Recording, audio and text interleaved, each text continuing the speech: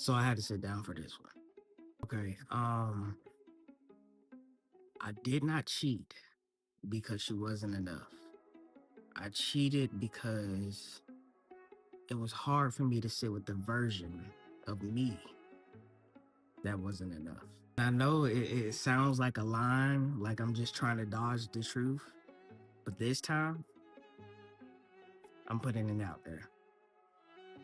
I'm not dodging anything. So the truth is, she loved me, but I broke her anyway. Not because she failed me, but because I failed myself. See, I thought I was just being a man. At least that's what I was taught. That being a man meant you had options. That being a man meant you had one at the house and a few on the side. That men don't say no to temptation, but they collect it. And that loyalty, it made you soft. Cheating made you respect it. They call that being a player. Said that's just how it goes. I didn't realize that they were handing me broken blueprints. And I'm sitting here trying to build love on a foundation that was already cracked. Because a real man doesn't go looking for more when he hasn't even protected what he already has. And see, I kept telling myself lies. That she wasn't supportive, she didn't care, that she changed. See, they don't like to talk about this part, how when you're cheating, you feel like you're in control, but then have regret for the rest of your life. How it teaches her not to trust, not just you, but herself. And the worst part, it changes the way she sees love. Because you didn't just break the relationship, you broke the chance for her to feel safe and love again. I caused that. I looked into somebody's eyes who would have done anything for me and still chose somebody who wouldn't have been there if I lost my job tomorrow or got sick or crumbled and fell. And for what? For an ego boost? For a moment of attention? For something that I knew wasn't real? That moment cost me. And if you're in that place where you're entertaining the thought, flirting with the lines, telling yourself it's harmless, just ask yourself this. Is that one moment of escape worth someone else's lifetime of doubt? Because let me tell you, cheating may feel like freedom until that guilt feels like a prison that you built with your own hands. Something about that just itched my spirit. There's me behind me. Okay, we're gonna do that. Something about that just felt funky on the back palate. Something about that felt so self obsessed, so narcissistic, so ew. Let's just talk about it. Because I think there were a couple of things in this that just made me feel very uncomfortable. One, there's something about the music playing in the background that is trying to make this more of a cinematic moment. It's almost giving like, oh, this is my origin story, while also trying to proselytize, I guess, like trying to be like, oh, I have learned so much. Let me teach you my way. You're a villain. And I'm also so absolutely overhearing this repeated rhetoric of, oh, well, I cheated because I was broken inside, and I cheated because I didn't know how to love myself enough. You cheated because you didn't care about that person, you lack self control, and you don't have communication skills. Good people don't cheat. Functioning adults don't cheat. They have conversations and then they end the relationship. They don't cheat. Now, if you are a non functioning adult, if you are a dysfunctional adult, if you are a chaotic adult, if you are an adult that clearly does not like the person that you are with, and I'm not even talking about like in a romantic sense, I'm saying, oh, at a personal level, you don't like them. You don't care for them. You don't care for their safety. You don't care for your safety. You don't care. You're selfish. You're self-obsessed. Like, this is not, and the concept of creating a podcast to try and what, teach people something, and something else that just makes me go, oh, because I see a lot of men try to do this, but I'm like, you're a man, quote unquote, trying to talk to men, but it's like you're missing the most obvious thing that you know and other men know.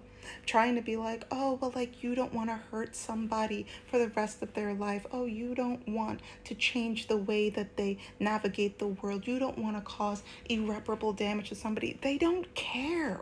The people that are going to cheat, especially the men that are going to cheat, they don't care about the irreparable harm that they are going to do you. Why? Because they are short-sighted and selfish. And then I was looking at the comments and I was just like, ugh, because there's so many women in there being like, I just wish that my ex like was able to speak like this and to be able to recognize how much he hurt me. And girl, if you don't move on with your life, hoping for a man who has intentionally and personally hurt you, hoping for him to randomly develop empathy is like expecting him to grow a third leg.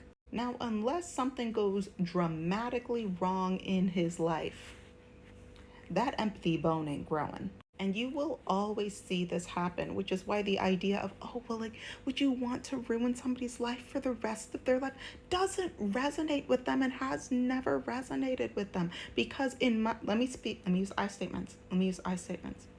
The men that will cause irreparable harm to your life, if they ever have a come to Jesus moment, if they ever have a look in the mirror moment, if they ever have a scream at the heavens and why, oh my gosh, self-reflection moment, it's because something has gone so horribly wrong in their life that they all of a sudden realize that there are other people that exist around them. It is because they have reached their own personal version of a rock zero, of a what's that place, a rock bottom, like in SpongeBob where they all go like they've reached their own version of there, and they are like, oh my god, this is so bad, I've never felt this level of pain before.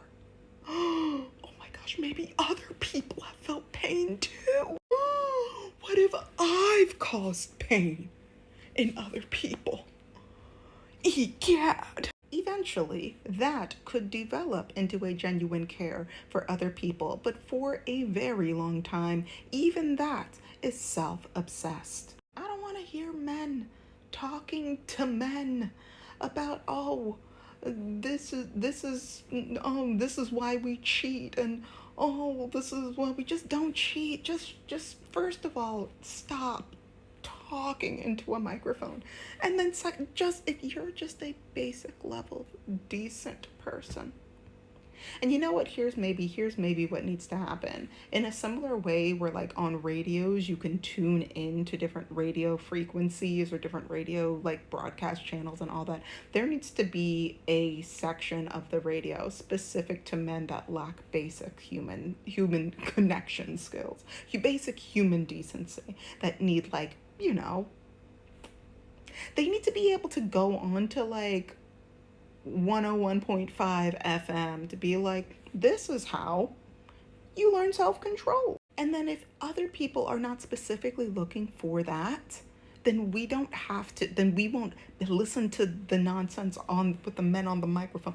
If we're not looking for, I don't know, 101.5, we won't find them, they won't find us. They'll stay on their little corner of the internet where they're still bashing two stones together trying to make a fire. They can stay over there and they can have all their microphones and they can not be on anybody else's wavelengths until they learn how to communicate, how to read, how to shower, how to actively listen, what safe sex is. They can stay over there.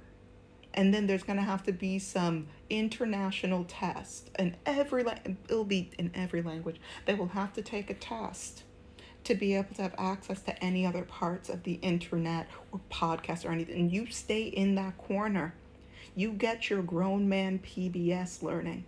And then don't bother the rest of us. And also, like, why are you ruining lives and then being like, I should start a podcast? Go repent. Like, not necessarily at the church, but at least like do something for the woman whose life you have said by yourself. This man has said by himself, oh, I've ruined it. And this isn't just about him. None of these videos that I make are about the specific person. It's like a drop in a much larger conversation. Stop talking online, trying to monetize these thoughts that so many people are over already. Like, and just try to heal at the personal level. And I'm not even talking about the man's healing. Like, sure, do that if you want to. The personal harm that was caused, that he caused, that men like this caused, stop making podcasts and go beg for forgiveness. Make amends. Give her money. That video just made me so mad. Made me so mad. I was watching Dimension 20 and then I happened to see that and I was like, oh, it made me so mad. Okay, I think those are all of my thoughts. Don't forget to like, share, subscribe, all that good stuff. You want to leave the United States or leave whatever country that you're in that's falling into fascism, go to the link in the description. So many free resources are over there. Please stay safe out there. And men, actually, no, there's a concerning amount of men that have somehow found my page. Don't know. Didn't ask for that. Don't know what happened. Ladies, if you are a lady that is out there that happened to come across this video, I don't know where they all came from. I don't know where they all came from, but some of them started finding me on other parts of the interwebs. And no me gusta. No me gusta eso. Yo no lo quiero. Okay, adios. Bye.